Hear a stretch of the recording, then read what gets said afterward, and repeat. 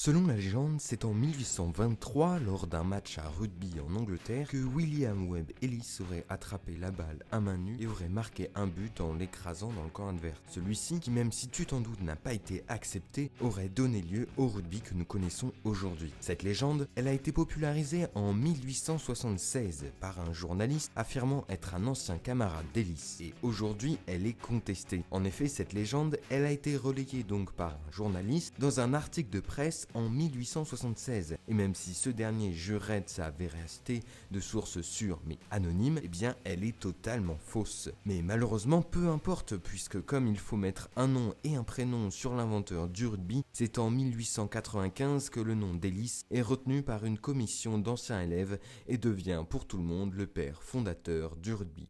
Officiellement, le rugby serait né au début du 19e siècle, lorsque des étudiants se sont mis à jouer à la balle en utilisant pour commencer uniquement leurs pieds afin de se dépenser, les règles variant d'une université à l'autre, donnant naissance à deux courants distincts, au football d'un côté et au rugby de l'autre. Le rugby a été officiellement créé en 1820 par un collège à rugby en Angleterre et ses premières règles ont été établies dans le même établissement en 1846. Mais si l'on creuse un peu plus loin, on découvre que le rugby a de nombreux ancêtres. Les premiers jeux de balle similaires au rugby remontent à 1015 avant JC, au Japon, avec un jeu appelé Kemari, déjà importé de Chine. Les Romains, quant à eux, n'ont fait que l'adapter pour créer leur propre jeu appelé l'Arpastum. Les études les plus poussées démontrent que l'ancêtre du rugby serait la soule, un sport pratiqué en France au Moyen-Âge. Si d'autres sports similaires étaient pratiqués en Europe à la même époque, comme le hurling, le knapan ou encore le calcio, ils se sont tous éteints à la fin du XVIIIe siècle.